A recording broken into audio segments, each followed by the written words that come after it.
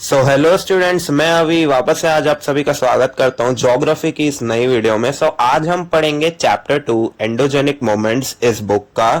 और हाँ, आज की हमारी ये वीडियो एंडोजेनिक मोमेंट्स वाले चैप्टर के ऊपर जो है ये काफ़ी बड़ी होने वाली है। आई मेक श्योर कि आप सभी इसको पूरा देखें क्योंकि बहुत ही इंपॉर्टेंट चैप्टर है।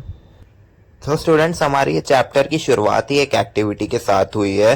जैसा कि आप फिगर 2.1 में देख सकते हैं कि हमें नेपाल की एक स्टोरी दी गई है 25 अप्रैल को लेकर। पीटीआई एक स्टैंडर्ड टाइम है वहां के हिसाब से। बेसिकली इस पैराग्राफ में ये लिखा है कि दो बहुत बड़े मैग्नीट्यूड्स वाले अर्थक्वेक नेपाल को स्ट्रक कर चुके हैं और उसमें 1500 से भी ज्यादा लोग मर चुके हैं। और इनमें से सबसे बड़ा अर्थक्वेक जिसका मैग्नीट्यूड 7.9 का था, जो कि हमने रिक्टर स्केल में अपलोड करके देखा। रिक्टर स्केल एक मेजरमेंट करने का टूल होता है जो कि मैं आपको आगे वीडियो में समझाऊंगा। और इसी अर्थक्वेक के कारण 1000 से भी ज्यादा लोग इंजर हो गए नेपाल के रीजन में, जिसका नाम है लमजुंग। ये पैराग्राफ हमें बता रहा है कि कैसे इस एक अर्थक्वेक ने कितना वास्ट इम्पैक्ट क्रिएट किया नेपाल के एपिसेंटर लमजुंग एरिया में, और कैसे इस अर्थक्वेक ने इंडिया के भी बहुत सारे रीजन्स जैसे कि हमारा ईस्ट और वेस्ट नॉर्थ ईस्ट रीजन और अपने 80 किलोमीटर्स के अंदर जो जो एरिया आते हैं वहां पर भी बहुत सिग्निफिकेंट इम्पैक्ट देखने को मिला। और इसीलिए वेस्ट बंगाल, बिहार, यूपी और जितने भी बांग्लादेश के साइड के एरियाज आ चुके हैं वहां पर भी एक हमें इम्पैक्ट देखने को मिला इस अर्थक्वेक का। अब हमें यहाँ पे इन दोनों अर्थक्वेक्स की इंफॉर्मेशन दी गई है कि रिक्टर स्केल में 7.9 का अर्थक्वेक हिट हुआ 11:40 AM को, एंड जस्ट उसके 39 मिनट्स बाद एक 6.6 की स्केल का और एक अर्थक्वेक हिट किया लमजुंग नेपाल में। और हमने आपको ये बताया था कि नेपाल में 1500 डेड हुए थे, लेकिन हमारे इंडिया वाले एरिया में भी 53 लोगों की डेथ हुई, तिब्बत के एरिया में 12 लोगों की डेथ हुई और बांग्लादेश के एरिया में भी 12 लोगों की डेथ हुई इस अर्थक्वेक के कारण। और इस अर्थक्वेक की कुछ इन्फॉर्मेशन दी गई है, जैसे कि इसका फोकस 11 किलोमीटर डीप था। इसके अलावा जो दो बिग ट्रेमर्स आए थे अर्थक्वेक के, जिनको मैंने अभी आपको ऊपर बताया, उसके अलावा 17 मोर शॉक्स, यानी कि आप कह सकते हैं मिनी अर्थक्वेक, जिससे उतना इम्पैक्ट नहीं कहा गया, लेकिन 17 मोर शॉक्स देखने को मिले। एंड फ्यूचर में इंडिया, बांग्लादेश एंड पाकिस्तान भी ऐसे ट्रेमर्स को फेस कर सकते हैं।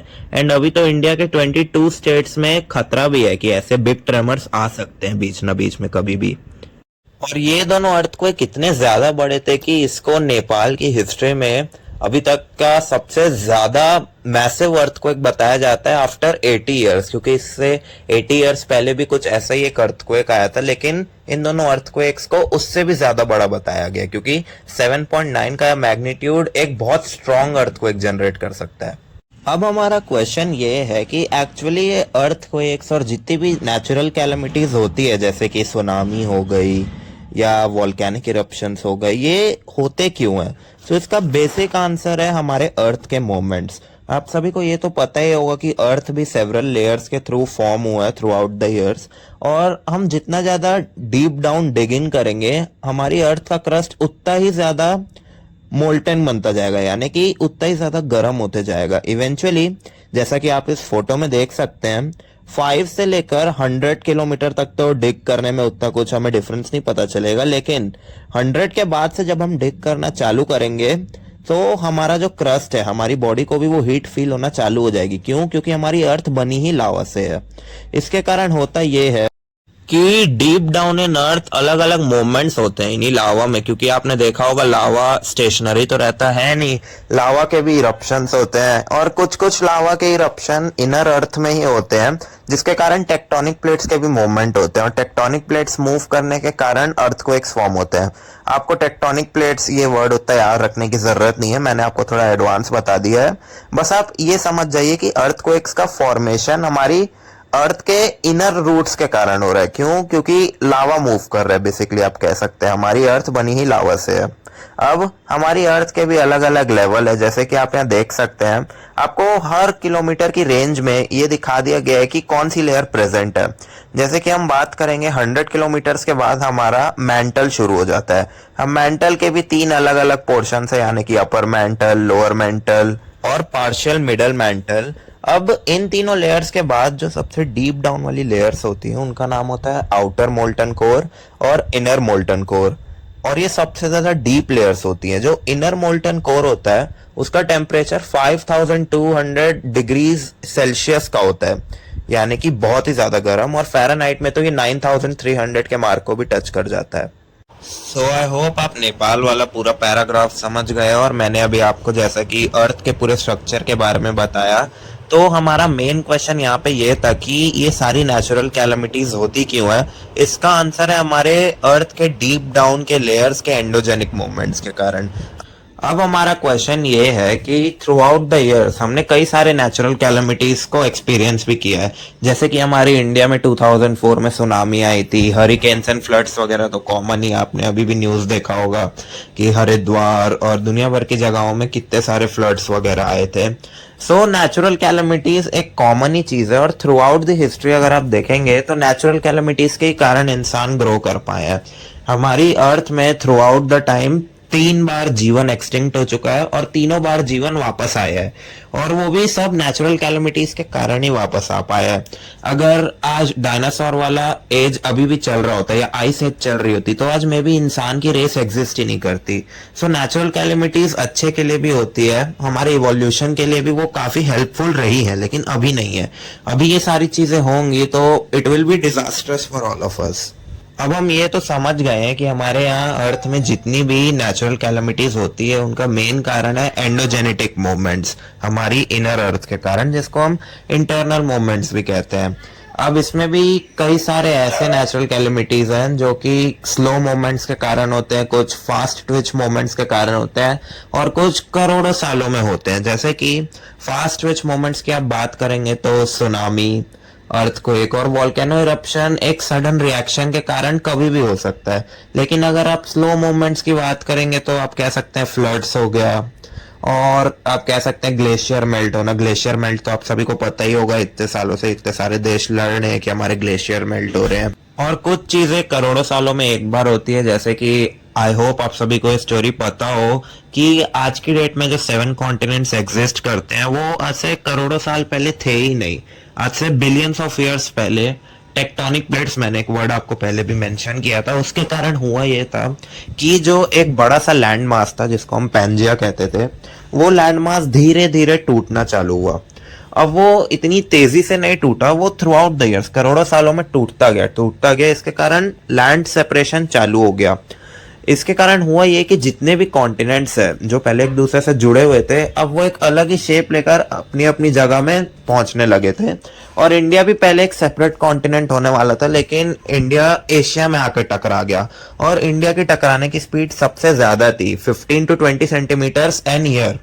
ये बहुत फास्ट है बाकी के कॉन्टिनेंट्स के कंपैरिजन में, जो कि 3 से 5 सेंटीमीटर पर ईयर के हिसाब से चल रहे थे। अब टेक्टोनिक प्लेट्स के मोमेंट के कारण ही ये सारे लैंड मास को एक दूसरे से अलग करना पड़ा, जिसके कारण इनर मूवमेंट्स और ज्यादा बढ़े और इंडिया के एशिया में टकराया, जिससे कि हमारे हिमालयन माउंटेन रेंज का भी फॉर्मेशन हुआ। आप इसको ऐसे ले सकते हैं कि जैसे एक कार ने दूसरी कार को ठोका तो आप देखेंगे कि बोनेट में बहुत सारे स्क्रैच और एक बड़ा सा बम्प बन जाता है। तो आप उसी एग्जांपल को यहाँ पर भी ले सकते हैं कि इतनी जोर से टक्कर मारी इंडिया ने, जिसके कारण करोड़ों सालों में हिमालयन माउंटेन्स की भी फॉर्मेशन हुई। अब मैंने आपको ये जो इतनी बड़ी स्टोरी बताई है, आपको ये उतना याद रखने की जरूरत है नहीं, क्योंकि ये बहुत एडवांस स्टफ हो जाता है और अभी आपको इतना सब पढ़ना नहीं है। बस आपको इनर मूवमेंट्स की मेरी थ्योरी याद रखनी कि कैसे इनर मूवमेंट्स के कारण मोस्टली नेचुरल कैलमिटीज होती है। सो हमें यहाँ पे एक एक्टिविटी भी दी गई है फिगर 2.2a में। मैं आपको इसको एक्सप्लेन कर देता हूँ, इससे आपको और अच्छे से समझ आ जाएगा कि मैं क्या बात कर रहा हूँ। सो आपको अपने स्टडी टेबल में 3 से 4 कॉपीज जमा लेनी है, सीक्वेंस वाइज रख लीजिए, आपको जैसे रखना है रख लीजिए। उसके बाद उसके ऊपर कुछ भी 5 से 6 ऑब्जेक्ट्स रख लीजिए, जैसे कि चौक हो गया, डस्टर हो गया, स्केल हो गई, पेंसिल हो गई या शार्पनर हो गया।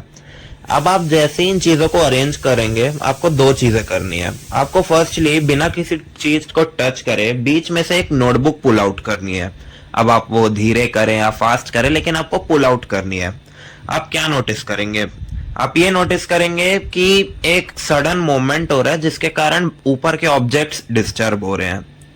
तो हमारे अर्थ के इनर में भी ऐसी चीजें होती हैं जिसके कारण ऊपर की लेयर्स, मैंने आपको लेयर्स समझाया था, जिसके कारण ऊपर की लेयर्स को भी प्रॉब्लम होती है और इसी के कारण सडन मूवमेंट्स आते हैं। इसको और अच्छे से समझने के लिए मैं आपको एक एग्जांपल देता हूँ। फॉर इंस्टेंस हम अपनी इनर मोल्टन कोर और आउटर मोल्टन कोर वाली लेयर को ले लेते हैं। वहां पे आप अज्यूम कर लीजिए एक इनर मोमेंट आ रहा है, जिसके कारण होगा ये कि ऊपर जितनी भी लेयर्स हैं, हम मेंटल ले लें या फिर हम जिस एरिया में रह रहे हैं ये वाली क्रस्ट को भी ले लें, तो हर जगह डिस्टरबेंस पहुंचेगी। सो अर्थक्वेक्स का भी मेन रीजन यही डिस्टरबेंस ही होती है, जो कि अंदर की लेयर्स में होती है किसी इनएक्सपीरियंस मोमेंट के कारण। अब आपको दूसरी एक्टिविटी में एक स्लाइट पुश देना है। आपको वही नोटबुक्स वही ऑब्जेक्ट्स रखने हैं, बस आपको एक स्लाइट पुश देना है। आप वहां पर भी यही सेम मोमेंट्स एक्सपीरियंस कर पाएंगे, जिससे आपको अर्थक्वेक्स की फंक्शनिंग थोड़ी बहुत समझ आ पाएगी। अब हम आगे बढ़ते हैं ज्योग्राफिकल एक्सप्लेनेशंस के बारे में। अब जनरली हमारे अर्थक्वेक और वोल्केनिक इरप्शंस के होने के मेन कारण है हमारे इनर कोर्स की इंस्टेबिलिटी और इनएक्सपीरियंस मोमेंट्स के कारण। लेकिन ये मोमेंट्स एक्चुअली होते क्यों है? ये मोमेंट रेडियो एक्टिव मटेरियल्स के रिलीज के कारण होते हैं, जिसके कारण tremendous amounts of energies produce होती है हमारे अर्थ के अंदर, जिसके कारण ये सडन मोमेंट्स अपने को देखने को मिलते हैं। अब इन रेडियो एक्टिव मटेरियल्स की एनर्जी के कारण बहुत सारे मोमेंट्स होते हैं, जिसके कारण ये जो एनर्जी है, ये फ्लो ऑफ एनर्जी बहुत जल्दी ट्रैवल करती है एक प्लेस से दूसरी प्लेस में, जिसके कारण हमारे मेंटल और जितनी भी अदर लेयर्स हैं उन सबको एक इनस्टेबल मोमेंट देखने को मिलता है। अब ये जो मोमेंट्स हैं इनको भी हम तीन चीजों में बेसिस कर सकते हैं, इनको क्लासिफाई कर सकते हैं। इनकी वेलोसिटी के कारण, इनकी डायरेक्शन के ऊपर और इनके लैंड फॉर्म जो इन्होंने प्रोड्यूस किए उनके ऊपर। अब हम देखेंगे इंटरनल मोमेंट्स के अलग अलग क्लासिफिकेशंस के बारे में। हमारे क्लासिफिकेशंस में तीन टाइप के मोमेंट्स के बारे में हमको बताया गया है, जो कि है हमारा वेलोसिटी, डायरेक्शन और लैंड फॉर्म। अगर आपको नहीं पता तो वेलोसिटी मतलब होता है a particular thing that moves at a particular direction at a particular speed, यानी कि कोई भी एक चीज अगर किसी जगह पे मूव कर रही है एक पर्टिकुलर स्पीड पे, उसे हम वेलोसिटी कहते हैं। वेलोसिटी के अंदर दो टाइप के मोमेंट्स आते हैं, जो मैंने आपको ऊपर एक्सप्लेन किया था। एक हमारा स्लो मोमेंट्स और एक हमारा सडन मोमेंट्स। स्लो मोमेंट्स मैंने आपको बताया था जो टाइम लेकर होते हैं, और हमारे सडन मोमेंट्स जो कभी भी हो सकते हैं, जैसे कि हमारे वॉल्केनिक इरप्शंस, अर्थक्वेक्स हो गए और सुनामीज हो गई। इनको बस एक छोटा सा रिएक्शन चाहिए होता है अपने आप को इग्नाइट करने का। फिर हमारा सेकंड क्लासिफिकेशन आ जाता है डायरेक्शन की, कौन सी डायरेक्शन में ये सारे मोमेंट्स हो रहे हैं। तो इसमें हमको दो मोमेंट्स बताए गए हैं, एक है हॉरिजॉन्टल मोमेंट और दूसरा है अपवर्ड एंड डाउनवर्ड मोमेंट। अब हमारा तीसरा क्लासिफिकेशन है लैंड फॉर्म। लैंड फॉर्म में हमें कॉन्टिनेंटल बिल्डिंग के बारे में बताया गया है और माउंटेन बिल्डिंग के बारे में हमें अच्छे से बताया गया है। तो मैं आपको फटाफट सारे वेलोसिटी, डायरेक्शन और लैंड फॉर्म में जिस जिस मोमेंट्स की बात कर रहे हैं मैं आपको फटाफट एक्सप्लेन कर देता हूँ। अब हमें यहाँ पे सबसे पहले स्लो मोमेंट्स के बारे में बताया गया है। तो स्लो मोमेंट्स ऐसे टाइप के मोमेंट्स होते हैं जो हम अपने नेकेड आइज से कभी भी देख नहीं पाएंगे। स्लो मोमेंट्स को थाउजेंड्स ऑफ ईयर्स लग जाते हैं अपने आप को एक्सपोज करने में। जैसे कि मैंने आपको माउंटेन वाला एग्जांपल दिया था कि कैसे इंडिया की टक्कर के कारण एवरेस्ट फॉर्म हुआ था, और इन्हीं स्लो मोमेंट्स के कारण मैंने आपको ये भी बताया था कि कैसे पैंजिया, जो कि पहले एक सुपर कॉन्टिनेंट था जिसमें पहले के सारे कॉन्टिनेंट्स जुड़े हुए थे, उसके कारण सारे कॉन्टिनेंट्स एक दूसरे से टूटे और आज हमारे पास 7 अलग अलग कॉन्टिनेंट्स हैं जहाँ पे अलग ट्रॉपिकल जोन्स हैं। बेसिकली अब ये होता क्यों है? अब इसको हमारे पास दो इफेक्ट्स दिए गए हैं, प्रेशर और टेंशन। अब यहाँ पर हमें 3 इफेक्ट्स दिए गए हैं और हम इसमें ये पता करेंगे कि प्रेशर और टेंशन से होता क्या है। सबसे पहले हमारे पास वेव्स का एक इफेक्ट दिया गया है कि वेव्स में क्या फर्क पड़ता है अगर हम उसमें प्रेशर और टेंशन की फोर्स अप्लाई करेंगे। प्रेशर का मतलब होता है इनवर्ड आना और टेंशन का मतलब हो गया बाहर जाना। बेसिकली अगर आप यहाँ नीचे अब आप डायग्राम में देखेंगे तो अगर वेव एक दूसरे के पास जाएंगे तो वो कोलाइड होंगे और एक और बड़ी लेयर फाउंड होगी वेव की, ये हो गया प्रेशर। और अगर वही वेव्स एक दूसरे से दूर जाएंगी तो ये हो गया टेंशन। सेकेंडली यहाँ पे हमको हार्ड रॉक्स के ऊपर एक इफेक्ट दिया गया है कि कैसे अगर हार्ड रॉक्स एक दूसरे के पास आएंगे प्रेशर के थ्रू या टेंशन के थ्रू एक दूसरे से दूर जाएंगे तो उनपे क्या इफेक्ट पड़ेगा। बेसिकली अगर दो हार्ड रॉक्स हैं वो एक दूसरे से कोलाइड हो रहे हैं प्रेशर होने के कारण, क्या होगा वहां पे जो उनका एरिया है वो थोड़ा कंप्रेस होगा और एक हाइट बढ़ते जाएगी, जिसके कारण होगा क्या, हमारी एक फॉल्ट करके लेयर बन जाएगी जो कि डाउनवर्ड स्लोप में जो रिमेनिंग एरिया है वहां बनेगी। और सिमिलरली टेंशन में भी यही होगा, अगर हम दो रॉक्स को खींच रहे हैं एक दूसरे से, उन दोनों को तोड़ने की कोशिश कर रहे हैं, तो जो रिमेनिंग एरिया है वहां पर फॉल्ट की एक और लेयर बनेगी। फॉल्ट आपको उतना याद रखने की जरूरत नहीं है, बस यहाँ पे हमें बुक में दिया गया है कि कैसे ये लेयर काम कर रही है। अब सिमिलरली हमारे सॉफ्ट रॉक्स में अगर हम प्रेशर इनपुट करेंगे सो होगा क्या, एक फोल्डिंग फॉर्म होगी। फोल्डिंग को भी आपको उतना याद रखने की जरूरत नहीं है, बस आप कह सकते हैं उनका जो इनर मास है वो एक दूसरे की तरफ अट्रैक्ट हो रहा है, जिसके कारण ऊपर एक और नई लेयर बनेगी दोनों रॉक्स में। या अगर आप सिंगल रॉक ले रहे हैं तो आप सिंगल रॉक ले लीजिए। और अगर हम उनमें टेंशन डालेंगे तो अगेन हार्ड रॉक की तरह इसमें भी एक फॉल्ट की प्लेट बन जाएगी। आप यहाँ पे डायग्राम में देख के समझ ही सकते हैं मैं क्या बोलना चाह रहा हूँ। अब यहाँ पे हमें एक वेरी इंटरेस्टिंग एक्टिविटी दी गई है, एक्टिविटी 1, जिससे आपको मैंने ऊपर अभी आपको क्या समझाया ये भी बहुत इजी पड़ जाएगा समझने के लिए। सो बेसिकली आपको एक 30 सेंटीमीटर का बड़ा पेपर का स्ट्रिप लेना है, 30 सेंटीमीटर यानी कि आपकी बड़े वाले स्केल के जितना। अब आपको अपने दोनों हैंड्स को दोनों के एंड में प्लेस कर देना है, ए कॉर्नर और जेड कॉर्नर दोनों के एंड में प्लेस कर देना है। अब यहाँ पे आपको, जैसा कि मैंने आपको प्रेशर और टेंशन का एग्जांपल दिया था, आपको वही करना है। आपको प्रेशर देना है और दोनों हाथों से स्लाइटली पुश करना है इनवर्ड एक दूसरे को। जैसे ही आप देखेंगे कि पुश होगा तो एक माउंटेनियस स्ट्रक्चर फॉर्म होगा। ये हो गया हमारा फोल्ड वाला मोमेंट, जैसे कि मैंने आपको सॉफ्ट रॉक में समझाया। एंड सिमिलरली अगर आप उसमें टेंशन देंगे पेपर को तो वो पेपर और टाइट होता जाएगा एंड इवेंचुअली ज्यादा टेंशन के कारण वो फट जाएगा। ये हो गया हमारा फॉल्ट वाला प्लेट। अब यहाँ पे हमें इसी एक्टिविटी का ज्योग्राफिकल एक्सप्लेनेशन भी दिया गया है। सो बेसिकली हम जो एक्टिविटी यहाँ कर रहे थे, हम इसमें प्रेशर नहीं डाल रहे थे और टेंशन नहीं दे रहे थे, हम यहाँ पे कंप्रेशन इनपुट कर रहे थे। हम कंप्रेशन अंदर की ओर इनवर्ट स्लाइड पुश दे रहे थे और पुल भी कर रहे थे कंप्रेशन को, जिसके कारण हमको फोल्डिंग और फॉल्ट प्लेट दोनों की एक्सप्लेनेशन मिली अच्छे से। अब यहाँ पे अगर हम इनको रियल लाइफ में भी लें तो अर्थ के इनर मोमेंट्स में भी कुछ ऐसा ही होता है, जिसके कारण हमारे वॉल्केनिक इरप्शंस, अर्थक्वेक और सुनामीज आते हैं। सुनामीज तो आपको पता ही होगा, जो बेड रॉक्स के अंदर अर्थक्वेक आता है उसके कारण फॉर्म होती है, और सुनामी की वेव्स भी बहुत बड़ी होती है। इसका ज्योग्राफिकल एक्सप्लेनेशन यही था, और आई होप ये एक्टिविटी से आपको हेल्प हुई होगी समझने में अर्थ के इनर मोमेंट्स के बारे में। और हाँ, इस एक्टिविटी से हमको एक और चीज पता चली कि कैसे माउंटेन्स फॉर्म होते हैं। बैक इन द वीडियो मैंने जब आपको इंडिया और पैंजिया का एग्जांपल दिया था, बेसिकली हुआ यहीं पे था। कंप्रेशन के कारण इंडिया और एशिया पुराने टाइम का जब एक दूसरे से मिले थे तो हुआ क्या, एक जोर की टक्कर पड़ी। उस जोर की टक्कर के कारण हिमालयास फॉर्म हुए। अब हिमालयास को भी थाउजेंड्स ऑफ ईयर्स लग गए फॉर्म होने में। ऐसा नहीं है कि उतनी बड़ी माउंटेन कुछ 2-3 सालों में ही बन गई हो। और आज भी मैं सुनते आ रहा हूँ कि हर साल 1 सेंटीमीटर हिमालयास की हाइट बढ़ रही है। और अभी जो नेपाल में अर्थक्वेक का भी हमने एग्जांपल देखा था सबसे पहली स्लाइड में, वो भी इसी के ही कारण हो रहा है, क्योंकि हमारा इंडिया ढसते जा रहा है धीरे धीरे, और may be millions of years के बाद इंडिया जैसा कोई प्लेस बचेगा ही नहीं। अब हमारे नेक्स्ट पेज में हमको फोल्ड माउंटेन्स का ये टॉपिक दिया गया है, and I don't think so कि मुझे ये टॉपिक अब आपको एक्सप्लेन करने की जरूरत है, क्योंकि मैंने 3 से 4 बार वीडियो में ऑलरेडी माउंटेन फॉर्मेशन एक्सप्लेन कर ही चुका है। लेकिन मैं आपको बेसिक चीजें बता देता हूँ कि होता क्या है। अगेन, अगर आप 2 लैंड मासेस को ले लीजिए, फॉर एग्जाम्पल इंडिया से पहले जुड़ा वाला एशिया, और जब इंडिया एक सोलो कॉन्टिनेंट टाइप का था तब वो जुड़े नहीं थे। तो कॉम्प्रेशन के कारण हुआ क्या था, तब दोनों जुड़े, उससे एक हिमालयन माउंटेन रेंज फॉर्म हुई थ्रू आउट द ईयर्स।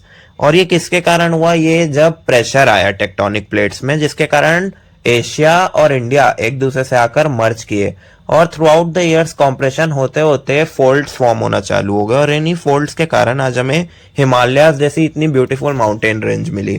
अब आप इन तीनों इमेजेस को गौर से देखेंगे, फिगर 2.6 से फिगर 2.6b और फिगर 2.7 में, आप समझ रहे होंगे कि मैं क्या बोलना चाह रहा हूँ। फिगर 2.6 में तो हमें कंप्रेशन कैसे वर्क्स करता है वो पता चल रहा है। फिगर 2.6b में हमको एक जूम आउट सैटेलाइट पिक्चर मिली है एक माउंटेन रेंज की, और हमें ये भी पता चलता है इस पिक्चर को देख के कि कंप्रेशन बहुत सारे एरियाज में हो रहा है जहाँ पे माउंटेन्स फॉर्म हो रहे हैं। ऐसा नहीं है कि एक ही माउंटेन में बस कंप्रेशन हो रहा है, जो आसपास के एरिया है वहां पर भी छोटे मोटे कंप्रेशन हो ही रहे हैं, जिसके कारण वहां पे भी मिलियंस ऑफ ईयर्स बाद हमको बड़े बड़े माउंटेन्स देखने को मिल सकते हैं। और फिगर 2.7 में तो कुछ रेड डॉट्स दिए गए हैं कि ये कंप्रेस्ड एरिया कहाँ कहाँ पे हमारे हिमालयन रेंज में फॉर्म होते हैं। सो आप उस इमेज को एक बार अच्छे से जाकर देख सकते हैं। और हमारे पास यहाँ पे वापस एक एक्टिविटी दी गई है, मैं आपको फटाफट इसको एक्सप्लेन कर देता हूँ। अब हमारी इस एक्टिविटी में हमें वापस से एक पेपर का स्ट्रिप लेना है। आप 30 सेंटीमीटर वाला एक पेपर का स्ट्रिप ले सकते हैं। उसके बाद हमको लेफ्ट और राइट दोनों कॉर्नर्स में अपने हैंड को प्लेस कर देना और पकड़ लेना है दोनों साइड्स को। इसके बाद हमको इस पे टेंशन लगा के इसको खींचना है। अब आप नोटिस करेंगे कि आप जितना ज्यादा टेंशन लगाएंगे पेपर फट जाएगा। अब इस एक्टिविटी का ज्योग्राफिकल एक्सप्लेनेशन हम समझे तो सिमिलरली ऐसे ही मोमेंट्स हमारे अर्थ में भी होते हैं। जब इनर प्लेट्स के अंदर ज्यादा टेंशन हो जाती है तो उसके कारण एक स्ट्रक्चर फॉर्म हो जाता है।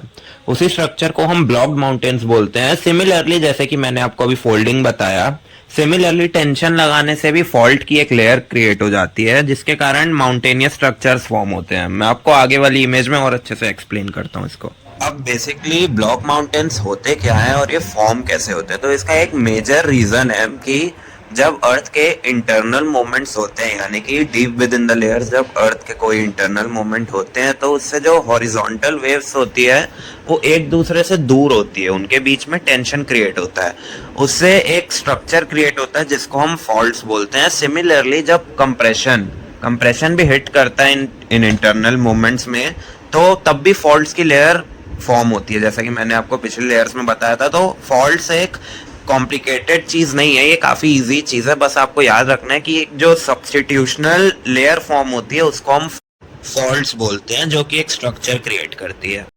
सो बेसिकली अब आपको मैं और अच्छे से अगर एक्सप्लेन करूं तो जब कंप्रेशन और टेंशन फॉर्म होते हैं हॉरिजॉन्टल लेयर्स में, यानी कि जब टेंशन से दूर जाती हैं चीजें और जब कंप्रेशन से पास आती है, तो हार्ड रॉक्स और सॉफ्ट रॉक्स में फ्रैक्चर्स क्रिएट होते हैं, हम उसको फॉल्ट्स बोलते हैं। सो सिमिलरली हार्ड रॉक्स में कंप्रेशन के कारण ये फ्रैक्चर्स फॉर्म होते हैं जिसको हम फॉल्ट्स कहेंगे, और सॉफ्ट रॉक्स में ये टेंशन के कारण बनते हैं। सो फॉल्ट्स बेसिकली आप कह सकते हैं फ्रैक्चर्स जो फॉर्म होते हैं टेंशन और कंप्रेशन के कारण, उसको बोला जाता है।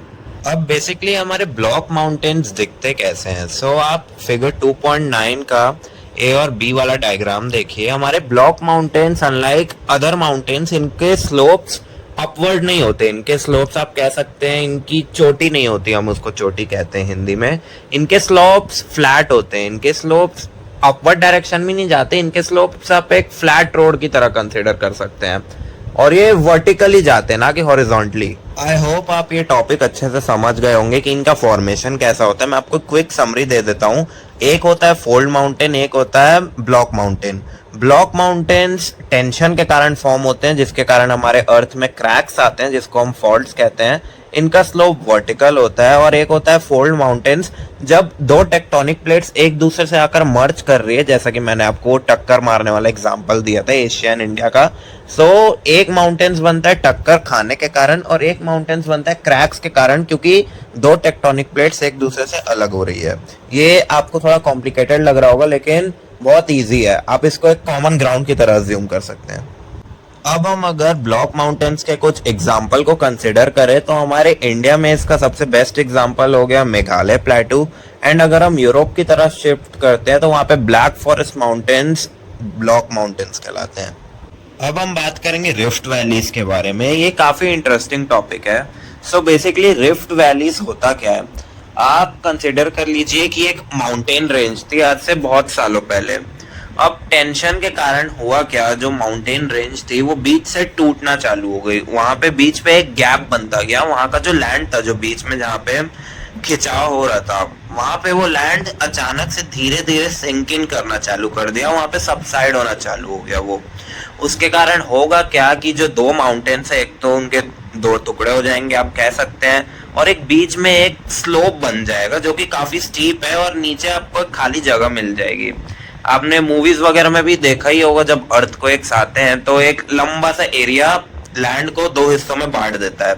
सो रिफ्ट वैलीज को भी हम इसी एग्जांपल से ले सकते हैं। जब एक एरिया नीचे सिंक इन हो रहा है हमारे एक्चुअल लैंड पोजीशन से, तो वहां पे फॉल्ट की लेयर्स बनती है जिसके कारण एक वैली टाइप का एरिया फॉर्म हो जाता है दो स्लोप्स के कारण, जो काफी स्टीप हो जाते हैं। अगर हम इसकी समरी देखें सो बेसिकली एक लैंड है, आप मान लीजिए अब इंटरनल मूवमेंट्स के कारण उस लैंड में फ्रैक्चर्स आना शुरू हो गए, जिसको हम फॉल्ट्स भी कहते हैं। उसके कारण जो बीच का middle part of the land था वो सिंक इन होना चालू हो गया, जिसके कारण एक एरिया फॉर्म हो गया। उसी को हम रिफ्ट वैली ले सकते हैं। अब हम रिफ्ट वैली के एग्जांपल्स देखें तो हमारी नर्मदा रिवर ऑफ इंडिया, आपने देखा ही होगा कि दो माउंटेन्स के बीच में कैसे कभी एक रिवर पास ऑन कर रही है, जैसा आप अभी इस इमेज में भी देख रहे हैं स्क्रीन में। और great rift valley of Africa भी एक काफी अच्छा एग्जांपल है। और यूरोप में इसका एक एग्जांपल अगर हम देखेंगे तो राइन रिवर, वहां पे भी एक रिफ्ट वैली निकलती है। अब हम बात करेंगे स्लो मोमेंट्स के बी और दूसरे टॉपिक्स के बारे में, जिसका नाम है कॉन्टिनेंट क्रिएशन। अब बेसिकली हमारे कॉन्टिनेंट्स बनते कैसे हैं? होता ये है कि जो हमारी अर्थ की इनर और आउटर कोर होती है वहां पे इंटरनल मोमेंट्स होते हैं, जिसके कारण इन स्लो मोमेंट्स के कारण अर्थ में हमें एक कंप्रेशन देखने को मिलता है। अब इसके कारण एक लैंड मास फॉर्म होता है, जो कि बेसिकली या तो सबसिड्यू हो सकता है यानी कि नीचे धंस सकता है, या फिर वो ऊपर उठ सकता है, अपलिफ्ट हो सकता है। अगर इन रिएक्शंस के कारण अर्थ की क्रस्ट में जो सी लेवल है, अगर ये कॉन्टिनेंट्स ऊपर अपलिफ्ट हो रहे हैं तो हमें कॉन्टिनेंट क्रिएशन देखने को मिलेगा। और अगर ये सिंक इन हो रहे हैं तो उसके कारण हमें सी बॉडीज देखने को मिलेगा। बेसिकली सी बॉडीज जो भी लैंड सी लेवल के अंडर डेवलप हुआ है। आपने सुना भी होगा कि बहुत सारी सिटीज है थ्रू आउट द वर्ल्ड जो अंडर वाटर सिंक इन हो गई। ये सी बेड का एग्जांपल नहीं है, लेकिन मैं आपको बता रहा हूँ उसी टाइप का लैंड फॉर्म होता है। यही था हमारे इस छोटे टॉपिक के बारे में कि कैसे कॉन्टिनेंट बिल्डिंग में अगर हमारा लैंड ऊपर जा रहा है तो हमें कॉन्टिनेंट्स देखने को मिलेंगे, और अगर हमारा land deep down sink in हो रहा है तो हमें सी बॉडीज देखने को मिलेंगी। मैंने थ्रू आउट द वीडियो आपको समझा ही दिया होगा कि कैसे हिल्स वगैरह फॉर्म होते हैं, तो आपको तो पता ही चल ही गया होगा। और आई होप मुझे आपको इस टॉपिक में कोई डाउट ना हो। अगर डाउट हो तो प्लीज एक बार कमेंट कर दीजिए, मैं आपको रिप्लाई कर दूंगा। अब हमारा नेक्स्ट टॉपिक है सडन मोमेंट्स के बारे में। मैंने आपको पहले भी समझा चुका है, सडन मोमेंट्स वो होते हैं जिनका एक पर्टिकुलर टाइम नहीं होता है, अनलाइक दी स्लो मोमेंट्स। से कभी भी हो जाते हैं, बस इनको एक छोटा सा रिएक्शन चाहिए होता है। अब इसमें टी सुनामीज और अर्थक्वेक्स मेजर एग्जांपल है, अलॉन्ग विथ वोल्केनिक इरप्शंस। तो अब हम पहले बात करते हैं अर्थक्वेक्स के बारे में। अर्थक्वेक्स होते क्यों है? अब अर्थक्वेक्स वर्ड का मतलब दो वर्ड्स को जोड़ के बनाया गया है। अर्थ यानी कि हमारा लैंड मास, और क्वेक यानी कि ट्रम्बलिंग। तो जब हमारा लैंड मास यानी कि हमारी अर्थ जब ट्रम्बल करती है उसको हम अर्थक्वेक कहते हैं, यानी कि जब हमारे अर्थ पे मूवमेंट होते हैं, सडन मूवमेंट्स, उसको हम अर्थक्वेक कहते हैं। अब अर्थक्वेक के भी अलग अलग एलिमेंट्स होते हैं, जैसे कि वो कितने मैग्नीट्यूड का आ रहा है, वो कितना बड़ा है, उसने कितना बड़ा डिजास्टर क्रिएट किया है, उसकी रेंज कितनी है। तो ये सारे एलिमेंट्स को मेजर करने के लिए एक डिवाइस आता है जिसको कहते हैं हम रिक्टर स्केल। अब मैग्नीट्यूड मतलब है कि उस अर्थक्वेक का कितना बड़ा इम्पैक्ट हुआ, वो अर्थक्वेक की डायरेक्शन क्या थी, वो अर्थक्वेक एक्चुअली कितना बड़ा था, कितना मैसिव था। और इन्हीं सारी चीजों को मेजर करने के लिए हमें रिक्टर स्केल लगता है। अब यहाँ पे मैंने एक डायग्राम पुटअप किया, आप एक बार इसका अच्छे से लुक ले लीजिए, क्योंकि अब मैं आपको बताऊंगा कि अर्थक्वेक्स ऑकर कैसे होते हैं, इनका मेन रीजन होता क्या है ऑकर होने का, और ये कौन से पॉइंट से ऑकर होते हैं। बेसिकली आप लोअर में देखेंगे तो आपको एक पॉइंट दिखेगा, फोकस और हाइपोसेंटर्स। यही है वो जगह जहां से एक अर्थक्वेक ऑकर होता है, जहां से साइस्मिक एनर्जी रिलीज होती है, जिसके कारण अर्थक्वेक्स होते हैं। अब फिर अर्थक्वेक का मैग्नीट्यूड धीरे धीरे बढ़ता है, यानी कि उसका इफेक्ट बढ़ता है इन साइस्मिक एनर्जीज के कारण, जिसके कारण जो एपिसेंटर वाली वेव है, जहां पे हमारा मेन ग्राउंड सिचुएटेड रहता है, जहां हम रह रहे हैं, वहां पे ये मैग्नीट्यूड एक वास्ट इम्पैक्ट क्रिएट करता है। अब इसी इम्पैक्ट के कारण हमारी धरती फटना चालू हो जाती है, जिसको हम प्लेट बाउंड्रीज कहते हैं। यहाँ पे ये दिया नहीं गया इस डायग्राम में, लेकिन आपने अर्थक्वेक की कभी भी इमेजेस देखे होंगे तो आपने देखा होगा एक लैंड मास एक दूसरे से सेपरेट हो गया है। हम प्लेट बाउंड्रीज बोलते हैं उन्हीं जगह को जहाँ पे ये सेपरेशन होता है। अब जब ये साइस्मिक एनर्जी रिलीज होती है हमारे एपिसेंटर वाले पॉइंट से, ये सिर्फ एक ही डायरेक्शन में नहीं जाती, ये 360 डायरेक्शंस में घूमती है, अलग अलग कर्वेचर्स के साथ। उसको आपको देख के ही पता चल जाएगा, अगर आपको डायग्राम देगा इसका, तो साइस्मिक वेव्स हमेशा 360 डिग्रीज में घूमती है, अलग अलग कर्वेचर्स में, उसका एक फिक्स एरिया नहीं होता। अब जब ये साइस्मिक एनर्जी रिलीज होती है तो ये भी तीन अलग अलग वेव्स के थ्रू रिलीज होती है, जिसको हम कहते हैं PSL वेव्स। जो हमारी P वाली वेव होती है वो लॉन्गिट्यूडनल वेव्स होती है, यानी कि एपिसेंटर से जो सीधा वेव्स आती है वो हमारी P वेव्स हो गई। फिर होती है S वेव। S वेव हमारी साइस्मिक एनर्जी की वेव होती है जो ट्रांसवर्स होती है, जो घूमती है, आप कह सकते हैं अलग अलग डायरेक्शंस में। और L वेव्स होती है हमारी सरफेस वाली वेव्स, जो कि जिस पॉइंट में हम रह रहे हैं यानी कि एपिसेंटर, वहां पे ये हिट करती है। अब आपको फर्दर इस चैप्टर में और अच्छे से समझाऊंगा मैं इन तीनों वेव्स के बारे में। अब यहाँ पे मैंने एक और डायग्राम पुटअप किया है, इसकी थोड़ी सी क्वालिटी बेकार है। अब मैंने जिन तीन वेव्स की बात की थी यानी कि PSL वाली वेव्स की, तो इसमें आप देख सकते हैं जो प्राइमरी वेव्स होती है वो कैसे हिट कर रही है, जो सेकेंडरी वेव है वो कहाँ पे हिट कर रही है, और जो हमारी सरफेस वाली वेव है वो कहाँ पे हिट कर रही है। आप एक बार इस डायग्राम को अच्छे से देख लीजिए ताकि आपको समझ आ जाए कि ये वेव्स हिट कैसे करती है और किस डायरेक्शन में करती है। अब हम यहाँ पे जानते हैं कि जितने भी ये सारे अर्थक्वेक्स हैं उनका प्राइमरी रीजन क्या होता है होने का। एक मेन रीजन तो आप सबको अभी तक पता चल ही गया होगा कि इंटरनल मूवमेंट्स के कारण होता है। सो बेसिकली यहाँ पे हमारे बुक में 5 रीजंस दिए गए हैं, सारे इन्हीं मूवमेंट्स के ऊपर हैं, जैसे कि मूविंग ऑफ द प्लेट्स, यानी कि जो प्लेट्स हो रही है वो मूव कर रही है, tectonic plates. Sliding of the plates, यानी कि एक दूसरे से दूर जा रही है टेक्टोनिक प्लेट्स, उसके कारण भी अर्थक्वेक्स आ रहे हैं। तीसरा दिया गया है हमारे पास वोल्केनिक इरप्शन। फोर्थ पॉइंट हमारा दिया गया है sliding of plates between one another, यानी कि एक दूसरे के ऊपर भी कभी कभी ये प्लेट्स आ जाती है इंटरनल मूवमेंट्स के कारण। एंड हमारा फिफ्थ एंड फाइनल रीजन दिया गया है कि कैसे टेंशन फॉर्म इन होती है इंटीरियर रॉक्स के विद इन, जिसके कारण फ्रैक्चर्स फॉर्म होते हैं, जिसके कारण अर्थक्वेक्स देखने को मिलते हैं हमको। अब जितनी भी हमारी PSL वाली वेव्स हैं इनको रिकॉर्ड करने के लिए हमारे पास एक डिवाइस दिया गया है जिसको हम कहते हैं सिस्मोग्राफ। यहाँ पे फिगर 2.11 में एक अच्छी इमेज दी गई है, आप वहां पे जाकर देख सकते हैं इसको। सो बेसिकली सिस्मोग्राफ वर्क कैसे करता है। सिस्मोग्राफ का तो काम है वेव्स को रिकॉर्ड करना, अर्थक्वेक के मैग्नीट्यूड को भी पता करना।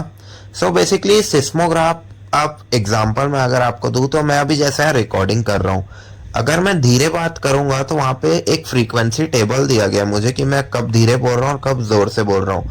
अगर मैं धीरे बोलूंगा तो मेरी फ्रीक्वेंसी कम दिखाएगी, मैं अगर मीडियम वॉइस में बोलूंगा तो मेरी फ्रीक्वेंसी थोड़ी सी ज्यादा दिखाएगी, और अगर मैं एकदम चिल्ला के बात करूंगा तो मेरी फ्रीक्वेंसी बहुत ज्यादा दिखाएगी। सो बेसिकली सिस्मोग्राफ भी बिल्कुल ऐसे ही काम करता है, बस हमको देखना ये है कि जो वेव्स हैं उनका मैग्नीट्यूड कैसा है, कितनी हैवी वेव्स हिट कर रही है अर्थक्वेक के होने के समय। यहाँ पे भी एक हमको टेक्सचर दिया जाता है जब भी ऐसी वेव्स आती है सिस्मोग्राफ के द्वारा। अब हम ये वाली स्लाइड में ये डिस्कस कर लेते हैं कि मैंने जो आपको PSL वाली वेव्स बताई थी, प्राइमरी सेकेंडरी एंड सरफेस वाली वेव्स, वो एक्चुअली वर्क कैसे करती है। तो हम सबसे पहले स्टार्ट करते हैं P वेव यानी कि प्राइमरी वेव से। ये वाली वेव पहली वेव होती है जो हमारे सरफेस ऑफ अर्थ को हिट करती है। इनकी एनर्जी अर्थ के इंटीरियर से एमिट होती है और ये बहुत फास्ट स्पीड में ट्रैवल करते हैं, और इनकी डायरेक्शन का कोई अता पता नहीं रहता, ये किसी भी डायरेक्शन में मूव कर लेते हैं क्योंकि ये बहुत रेडियल होते हैं। अब हमारी जितनी भी P वेव्स हम नोटिस करते हैं इनका style forward and backward waves की तरह एक्ट करता है, यानी कि हमको इनका फॉरवर्ड मूवमेंट भी देखने को मिलता है और इनका बैकवर्ड मूवमेंट भी देखने को मिलता है। और हमेशा जितनी भी P वेव्स हम नोटिस करते हैं वो बेसिकली 3 स्टेट से ट्रैवल करती है, लिक्विड, सॉलिड और गैस। इन तीनों स्टेट से हमारी P वेव्स ट्रैवल कर सकती है, लेकिन जब भी लिक्विड मीडियम से ये वेव ट्रैवल करती है तो इनकी डायरेक्शन चेंज हो जाती है, ये एक स्टेबल डायरेक्शन में मूव नहीं कर पाते हैं। जब ये लिक्विड मीडियम में ट्रैवल कर रहे होते हैं इनकी डायरेक्शन का चेंज होना गारंटीड होता है वंस अगर ये लिक्विड मीडियम को चूज कर लेते हैं। अब हम बात कर लेते हैं हमारी सेकेंडरी वेव्स यानी कि S वेव्स के बारे में। सो बेसिकली जितनी भी हमारी सेकेंडरी वेव्स होती है ये हमेशा प्राइमरी वेव्स के हिट करने के बाद ही अकर होती है, ये प्राइमरी वेव्स के पहले अकर हो ही नहीं सकती। अब इनकी भी एक स्पेशलिटी है प्राइमरी वेव्स की तरह कि ये हमेशा अपनी डायरेक्शन और फोकस बदल सकते हैं। जहाँ पे जो मेन एपिसेंटर होता है अर्थक्वेक का, ये अपनी डायरेक्शन हमेशा बदल लेते हैं। अब इनकी वेलोसिटी होती है यानी कि जो मोमेंट और स्पीड वगैरह मैंने आपको पहले वेलोसिटी समझाया था, ये P वेव्स के कंपैरिजन में बहुत कम होती है।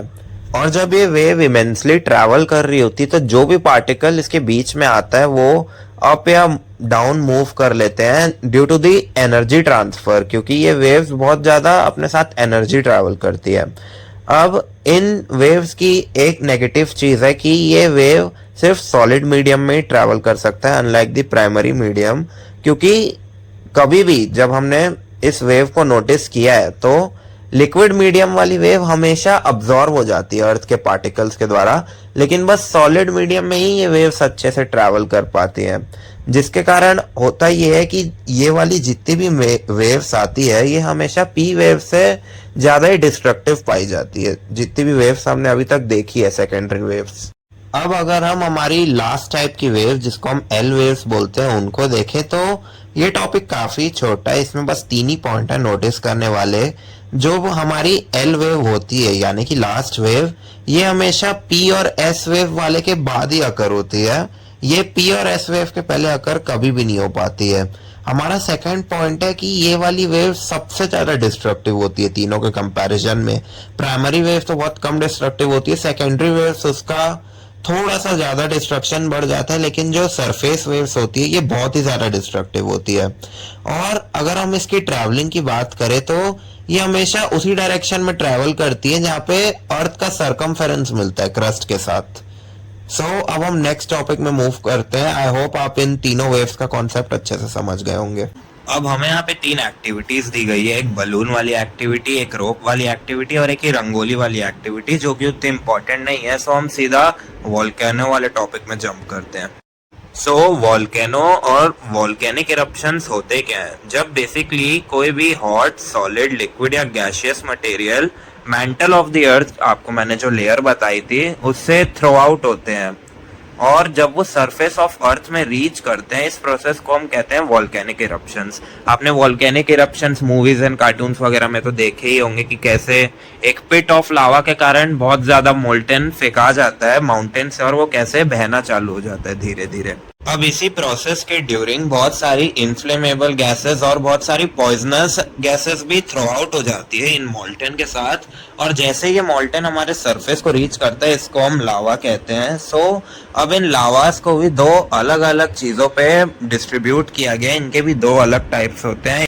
हमारा सबसे पहला टाइप है सेंट्रल टाइप और कोनिकल वोल्केनो। ये जो वोल्केनोस होते हैं ये आप बिल्कुल इजीली समझ जाएंगे। आप एक पाइप को इमेजिन कीजिए। अब आपने एक पाइप को किसी भी नल से अपने घर में जोड़ दिया, आप जैसे उस नल को चालू करेंगे तो क्या होगा, उससे ऑब्वियसली पानी बाहर निकलेगा और एक एक्यूट फोर्स के साथ निकलेगा। बेसिकली इसमें भी यही होता है, जो एक माउंटेन होता है, माउंटेन में जहाँ पे ये लावा स्टोर होता है, मोल्टेन स्टोर होता है, वहां पे एक पाइप लाइक स्ट्रक्चर होता है। मैं यहाँ पे आपको एक डायग्राम दिखा देता हूँ। बेसिकली जैसा आप इस डायग्राम में देख रहे हैं, ये पाइप लाइक स्ट्रक्चर अचानक से वोल्केनो थ्रो करता है कुछ रिएक्शंस के कारण। इसको हम कहते हैं सेंटर्ड वोल्केनो और कोनिकल वोल्केनो।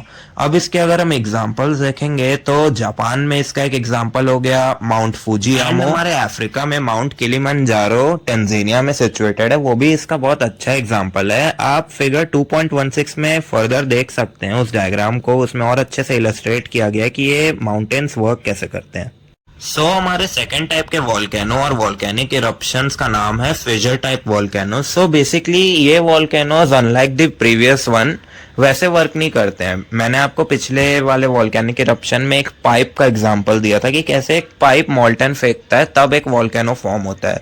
ये जस्ट उसका अपोजिट है। ये उस आप मान लीजिए उस पाइप से बाहर नहीं निकलता है। आपको मैंने जो पाइप वाला एग्जांपल दिया था, फॉर एग्जांपल आपके पाइप में 5 से 6 होल है आप मान लीजिए, तो अब होगा क्या, उस पाइप के साथ साथ उस होल्स में भी पानी निकलना चालू हो जाएगा। जस्ट लाइक उसी तरह हमेशा जो फिशर टाइप वोल्केनिक इरप्शंस होते हैं उसमें से डायरेक्ट वोल्केनोस से मोल्टन नहीं निकलता, कभी भी ये कहीं से भी निकल जाता है, थोड़ी सी धरती टूट जाती है, इनकी कोई रेंज और इनकी कोई भी लेंथ फिक्स नहीं होती है। इन्हीं टाइप के वॉल्केनिक इरप्शंस के कारण बहुत सारे प्लेटूज भी फॉर्म हुए through out the years, not just in India but through out the world. हमारा डेक्कन प्लेटू ऑफ इंडिया बहुत अच्छा एग्जांपल है कि कैसे इसी टाइप के फिजर वॉल्केनिक इरप्शन के कारण कैसे इतना बड़ा प्लेटू फॉर्म आउट हो गया। बेसिकली होता क्या है, जो भी इस टाइप के वॉल्केनिक इरप्शंस और जो वॉल्केनोज सिचुएटेड होते हैं, ये एक प्लेट बाउंड्री में सिचुएटेड होते हैं। यहाँ पे अर्थक्वेक जोन्स भी होते हैं जहाँ पे वॉल्केनिक इरप्शंस होते हैं। यहाँ पे हाई अर्थक्वेक्स के भी, बहुत बड़े बड़े मैग्नीट्यूड्स के भी अर्थक्वेक्स कई लोगों ने विटनेस किए हैं। सो बेसिकली होता क्या है, जो क्रस्ट होता है वो क्रस्ट एक दूसरे से सब्सिड्यू हो जाता है, यानी कि एक दूसरे के नीचे चले जाता है। इसके कारण मटेरियल लॉस आउट होता है। अब मटेरियल, लैंड मटेरियल जैसे ही लॉस आउट होता है, उसके कारण बाउंड्रीज की फॉर्मेशन होती है और जो प्लेट्स होती है वो फर्दर सब्सिड्यू करती है, जिसके कारण एक लैंड मास फॉर्म होता है और इसी लैंड मास को हम प्लेटू बोलते हैं। ये थोड़ा कॉम्प्लिकेटेड टॉपिक था, ये आपकी बुक में दिया हुआ है, एक बार आप उसको अच्छे से रीड कर लीजिएगा। अब हमें यहाँ पे एक वर्ल्ड मैप दिया गया है और हमें इस वर्ल्ड मैप में 4 चीजें दी गई है। आपको ये एग्जाम में भी आ सकता है, एक बार आप इसको अच्छे से देख लीजिए, आप सुन लीजिए। बेसिकली हमें यहाँ पे 4 चीजें दी गई है कि through out the world volcanoes, active volcanoes कहाँ कहाँ सिचुएटेड है, हमारे अर्थक्वेक जोन्स कहाँ कहाँ पे हैं और हमारे प्लेट कंज्यूमिंग और प्लेट क्रिएटिंग मार्जिन्स कौन कौन सी लाइंस पे बिलोंग करते हैं। अब आप यहाँ पे देखेंगे तो जो हमको पर्पल ट्रायंगल्स दिख रहे हैं, I am sorry pink triangles दिख रहे हैं, ये हमारे वॉल्केनोज हैं। यहाँ पे मेनली एक्टिव वॉल्केनोज सिचुएटेड। अब यहाँ पे देख सकते हैं थ्रू आउट द मैप से हर जगह बिखरे हुए हैं। अब आप यहाँ देख सकते हैं कि एक डॉट पिंक वाली भी लाइन दी गई है। अगर आप इसको अच्छे से फॉलो करेंगे तो देखेंगे ये सारे एक्टिव अर्थक्वेक जोन से, यहाँ पे कभी भी अर्थक्वेक्स आ सकते हैं। आप यहाँ देख सकते हैं कि हमारा JNK एंड हमारा नॉर्थ ईस्टर्न वाला इंडिया भी यहाँ पे आ रहा है और पूरा जापान भी आ रहा है इसी एरिया में। अब यहाँ पे ब्लू और black line plate creating end plate consuming margin को फॉर्म आउट कर रहे हैं। आप एक बार इसको चेक कर लीजिए। अब हम अपने लास्ट टॉपिक पे मूव करते हैं, जो कि है effects of volcanoes. Just like ऊपर अर्थक्वेक के कैसे इफेक्ट्स थे, वॉल्केनोज के भी बहुत मेजर इफेक्ट्स होते हैं जब ये वॉल्केनिक इरप्शंस होते हैं। हमारा सबसे पहला इफेक्ट है loss of life and property. Obviously जब कोई भी वॉल्केनो इरप्शन होता है तो जो सराउंडिंग प्रॉपर्टीज होती है उनको बहुत ज़्यादा डैमेज होता है और कभी कभी लोग मर भी जाते हैं, जो लोग कैजुअली वॉल्केनिक प्लेसेस के पास वंडर कर रहे होते हैं। और कभी कभी सुनामीज भी जनरेट हो जाती है वॉल्केनिक इरप्शंस के कारण, क्योंकि इंटरनल मूवमेंट्स हो रहे हैं हमारे अर्थ के अंदर और ये ओशन फ्लोर्स के भी अंदर सिचुएटेड होते हैं कभी कभी, जिसके कारण सुनामीज भी फॉर्म होती है। हमारा थर्ड इफेक्ट है कि dust, smoke, ashes, gases and water vapour etcetera remain in the atmosphere for a long time. तो जितने भी एलिमेंट्स रिलीज होते हैं वॉल्केनिक इरप्शन के टाइम, या हमारे एटमॉस्फेयर में एक लंबे समय के लिए एग्जिस्ट करते हैं, उतना जल्दी नहीं हटते। हमारा फोर्थ पॉइंट है this may create imbalance in the environment. जी हाँ, जैसे कि हमारा loss of life and property हो रहा है, इन्वायरमेंट में इम्बैलेंस भी क्रिएट हो जाता है बहुत टाइम के लिए जब एक वॉल्केनो एक अच्छे मैग्नीट्यूड में हिट करता है अर्थ को। हमारा फिफ्थ पॉइंट है लैंड में become fertile due to volcanic ash. तो इसका आंसर है हाँ, वहाँ पे जो फार्मिंग लैंड होता है अगर एक एक्टिव वॉल्केनो के पास सिचुएटेड है तो वहाँ की लैंड अचानक से उपजाऊ यानी कि फर्टाइल बन जाएगी और ये खेती बाड़ी एंड फार्मिंग के लिए बहुत अच्छा होता है। हमारा सिक्स पॉइंट है many minerals are found near the earth surface because of the lava. तो इसका आंसर है हाँ, जब भी एक्टिव लावा बिखरता है तो उसके कारण बहुत सारे मिनरल्स फॉर्म आउट होते हैं उसी अर्थ सरफेस में जहाँ पे ये लावा हिट किया था। लेकिन ये लावास में बहुत सारे पॉइजनस सब्सटेंसेस भी कभी कभी मिक्स हो जाते हैं, जैसा कि मैंने आपको ऊपर बताया था। जब वॉल्केनो इरप्शन होता है तो बहुत सारी गैसेस भी लीक होती है, जिसके कारण ये मिनरल्स भी कभी कभी पॉइजनस निकल जाते हैं। हमारा सेवेंथ फीचर है new land is form due to volcanic eruption और at times an island even may disappear. अब जब भी वॉल्केनिक इरप्शन होता है तो उसके कारण होता क्या है, एक नया लैंड मास फॉर्म हो जाता है और कभी कभी जो एग्जिस्टिंग लैंड मास होता है, जैसे कि अगर एक आइलैंड में सिचुएटेड है वॉल्केनो, वो तो डिसअपियर भी हो जाता है। वो कभी कभी सी बेड के अंदर चले जाता है या फिर लैक्स ऑफ ईयर्स के बाद एक नया प्लेटू बन जाता है अगर एक बड़े एरिया में सिचुएटेड है वॉल्केनो, जैसे कि माउंट फूजी हो गया जापान का। अब हमारा नंबर 8 एंड लास्ट पॉइंट है lakes are formed at the mouth of the craters of dead volcanoes when rains water accumulate in them। अब होता क्या है, लेक्स की भी फॉर्मेशन हो जाती है इन्हीं वॉल्केनोज के पास जब डेड वॉल्केनोज में रेन वो करती है, हिट करती है। डेड वॉल्केनोज यानी कि जो बहुत सालों से हिट नहीं किए हैं, वो बहुत सालों से एक्टिव नहीं है, वहां पे हमको कोई रिएक्शन नहीं देखने को मिल रहा है। सो आई होप आप इन सभी इफेक्ट्स को अच्छी तरीके से समझ गए होंगे। आप एक बार इन्हें खुद से भी रीड कर सकते हैं आप अच्छे से अंडरस्टैंड करने के लिए। सो आज की हमारी वीडियो इतनी ही थी। आई होप आप सभी को अच्छे से समझ आ गया होगा ये चैप्टर। काफी लंबी वीडियो बन गई थी, लेकिन अभी आपके ज्योग्राफी के आगे के कुछ चैप्टर्स ऐसे ही बनेंगे। आप मुझे बताइएगा कि आप ऐसी एक सिंगल वन शॉट टाइप की वीडियो प्रेफर करते हैं कि एक पार्ट 2 पार्ट 3 यानी कि 3 पार्ट्स में डिवाइड करके एक वीडियो बनानी चाहिए मुझे। So thank you students. अगर आप ये वीडियो पूरी देख रहे हैं तो आपको कुछ डाउट होगा तो प्लीज कमेंट सेक्शन में पूछ लीजिएगा। और मैं अभी आपको इसकी एक्सरसाइजेस नहीं एक्सप्लेन करूंगा क्योंकि उसके लिए एक अलग से वीडियो आने वाली है। And please remember to subscribe the channel and like the video. I hope you like the video. See you soon. Bye bye.